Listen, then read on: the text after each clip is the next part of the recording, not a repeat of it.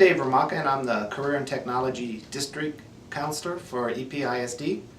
And I'm Eric Winkleman. I'm the CTE Director for Career and Technical Education here in the El Paso Independent School District. And we're here today to talk about our work study or career prep program that we actually have as an after-school program where we hire our students, pay them a salary to work after school on our IT equipment. And they are specifically assigned to the Career and Technical Education computer equipment. Going out to campuses, we have 13 campuses that we service at our high school, and we have 16 that are middle school that our students oversee all of the CTE computer labs, from the networking to computer repair to software troubleshooting, just anything that's related to the computer equipment. These students are work study students after hours. And during the school day, they're a regular student. And so when we walk in there during the school day, you're going to see a regular IT networking / A+ program going on as you would see in every high school. And really what we do is the students are here at the Career Center for 2 years. Usually their junior and their senior year. So what we do is during the first year, the junior year, we're getting them familiar with the network, teaching them how to do punch downs, teaching them how to install jacks in the wall, how to make cables, how to troubleshoot computers, just the standard computer thing, working towards their certifications, their industry certifications. And their certifications are those entry-level requirements that businesses are looking for when they go to hire their kids. So when they're going to their universities, they can easily pick up a nice job working with any of the major corporations while they're in school, and that does help out. What we've done is we've set up an account where we pay the students an hourly salary, and they work 19 hours a week, Monday through Friday. And then additionally, we pay 2 instructors after hours to go ahead and they manage the students. 3:30 when the bell rings, the students are now employed. And sometimes they're doing work here at the Career Center where they may be pushing out something through the domain, pushing out a new software update. And many of the times they jump in the van with the instructor and they head out to the site, whether it's to set up a new computer lab, to reconfigure a computer lab. Oftentimes they're asked to move computers from one classroom to another because there's a change on campus, change switches out, and then basically set up domains on the campuses. Yeah, one of the nice things that happened is that when we started the program, there were just a few labs that we were working in with. And as it spread because of CTE and keyboarding, it got to be more and more computers. When we're out on the district and we're working in all these labs, it came to find out that technology services would have to hire a ton of people to replace us. So that's when everybody started saying, well, this teamwork would really work. It'd save the district a lot of money, it'd give our kids a whole lot of experience. That experience turns over to them when they go to school after they leave high school.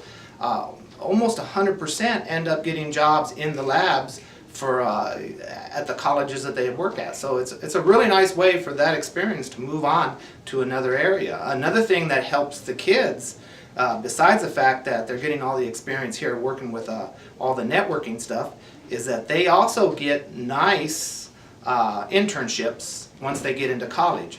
We have a high-end software that's got a high security level that we use in several of our classes, and they had notified us that somebody had tried to initialize or access their software outside of the school district, and we had them on a site license. So that's when I went to our networking teacher and we sat down and we started talking, and at that point a network was not and a domain was not a real common thing. Normally back then we would just load software individually on computers, and that computer may get moved out of the room, maybe the administrator moved it to another classroom.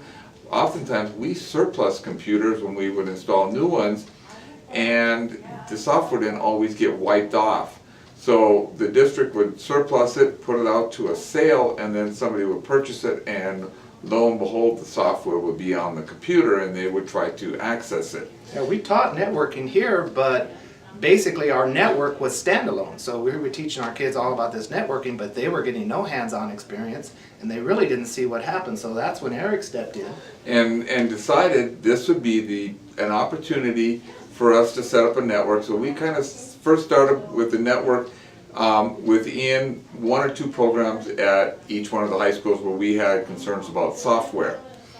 And as time went on, we would get calls from teachers, from administrators, and even from our own technology services and saying, hey, can you add a couple more classrooms? Can you put this classroom under it?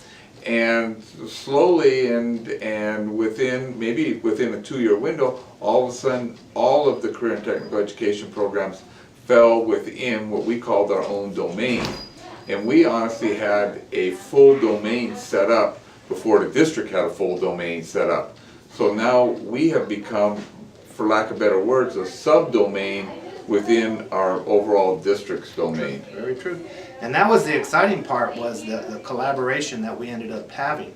And I think it all stems from the idea that what we taught here at our campus was networking, and so we try to take that to the next level and give the kids experience with it. And after they had that experience, it just kept building from there. I think at this time we're at the 3,500 computers that we manage throughout the district, and about 26 schools. So it's pretty large, and they actually do everything. Everybody throughout the district authenticates back to the servers here on this campus. All the printers that are out there, they actually authenticate to the student at the campus, then request the authentication here on which printer to go to. So when you see kids printing in there, there's nothing touching their machine. It's all going through the network and going back and forth. And the kids actually understand these concepts, and then they start working on the switches, as Eric was saying, and the whole network ends up being on the back of the kids, and that's what's exciting. These students actually own the network, and if there's a loophole, if there's a back door, many times they're the ones that are locating the back door and pointing it out to us, and it becomes kind of a challenge and kind of a game for a lot of these students to be able to catch that before somebody hacks into our system. The students have been awesome with all of the security, with the ownership, so much so that even when they're back on their home campuses, they're the ones being called by the teachers, called out of class, hey, can you come fix my printer? Hey, my computer doesn't start up. Yeah, it's telling me I have a virus, can you help me out? So these students are kind of all of a sudden become the hero on campus with all of the instructors, the administration, the counselors, and so on. Yeah, that's very true, and we always point out that kids, they're excited about going and fixing a printer. They're excited about going and helping someone with their computers. Sometimes the people from TS, you know, they do this every day, so their excitement level is a little bit less. So teachers really get excited about seeing the kids come around. They get excited, and of course TS gets all the help that these kids provide. So it's a win-win situation. Everybody gets excited when the kids come in and when they leave. They love the whole part. We're going to pull these computers out of a high school today, and you're going to look at them and say, gee, what's wrong with those machines? And they're probably only 2 or 3 years old. So what we will do is, this particular classroom we're going into, we're going to be running a very new piece of software that requires a high level of Windows. And the computers we're taking out will not operate on that Windows, or they will not operate efficiently. So what we're going to do is we're going to take these computers, we're going to bring them back here, we're going to recondition them, we're going to refresh them, and we're going to put them in a middle school, for example, a keyboarding or a touch data systems program, where they don't require such high-end computers. Or we will surplus them back to the district where they may use them in one of the elementary schools. So when we're refurbishing and recycling these machines, we're not necessarily putting them out to pasture. We're trying to set them up so that they can be used in another program and get the maximum amount of life out of these machines. Yeah, it's pretty amazing when you start to think that from a district of 65,000 students, it's really difficult to do one for one so far as computers go.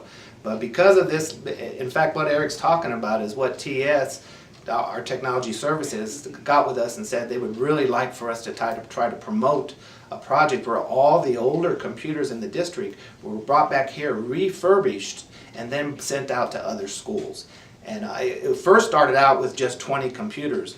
And pretty soon, one day I walked downstairs and here came this big truck, and it was almost a semi-truck. It backs up to our little warehouse that we have, and all of these computers, there must have been like 400 or 500. They started taking them. I go, what are you doing? He goes, well, these are for the refurbished project. And I go, oh my gosh. So one of the nice things that turned out doing is it gave something physically hands-on that our kids could do in the first year of the program. Because mostly second-year kids are the ones that are working with the network. So those first-year kids now had this nice project that wasn't just worthless, that they actually were doing something that was being used. So now they would go out, we would get a bus and take them out to the campus that was getting the lab. To see our kids out there at an elementary school, interacting with all the little kids and setting up labs for them, it's really something that you have to see to understand. And so it not only became something that was at first just, well, can you do a couple of machines? It turned out where like thousands of machines have passed through us, going out being used by elementary schools throughout the district. Well, one of the advantages to after school is it is after school. So it doesn't interrupt the class when the students are going in there and working. And I'm going to tell you what you see is you're going to see kids. That's what you're going to see. You're going to see 2 adults, and then you're going to see the kids, and they'll be doing most of the work. And they're going to look like kids. They're not adults. They're still kids, and that's the cool part about it. One of the other things I want to tell you is what you're not going to see, because that's the most interesting part.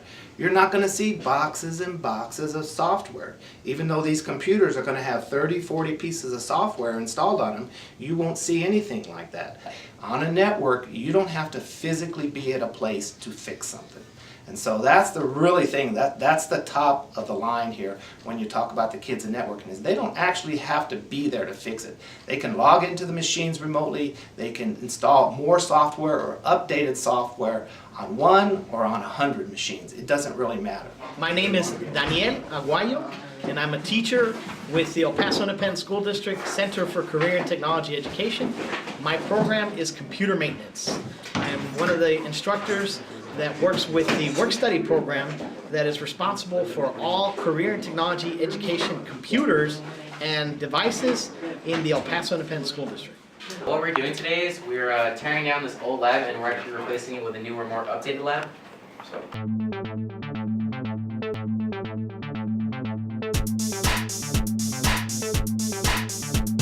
What we have going on today is a collaboration with CTE, and that's Career and Technology for the El Paso District, with Technology Services.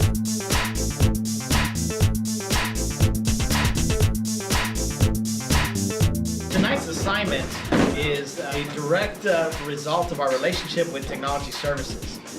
We have been asked to upgrade this computer lab at one of our high schools. This is the School Age Parent Center. And this computer lab is an outdated computer lab. And we are replacing it with brand new computers. So what our students are doing today is, first of all, they need to remove the old computers and then unbox the new computers, set up the new computers as per the requirements with our network.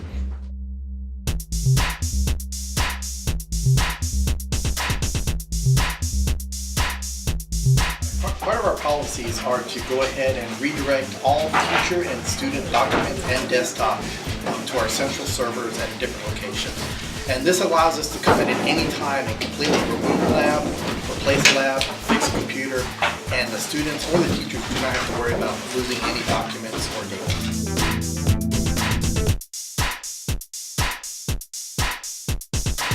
The first thing that will happen after all the computers are actually on the network is I have a student who will go onto the domain itself, create an organizational unit for it, move the computers to the correct location, assign printer policy so that this classroom gets its printer properly, organize the desktop so that students only have access to what the teachers want them to access, and so forth. And that'll all be done by the student as part of our training program for the Workstudy program.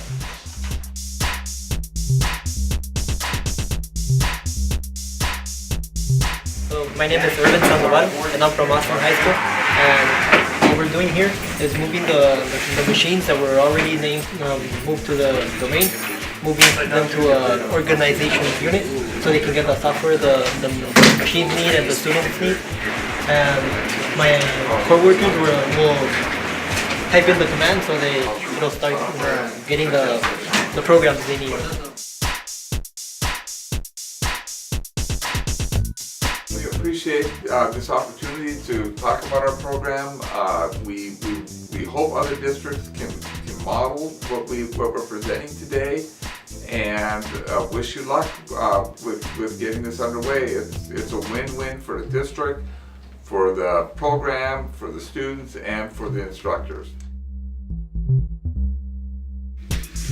And just like that, a new computer is set up to the menu.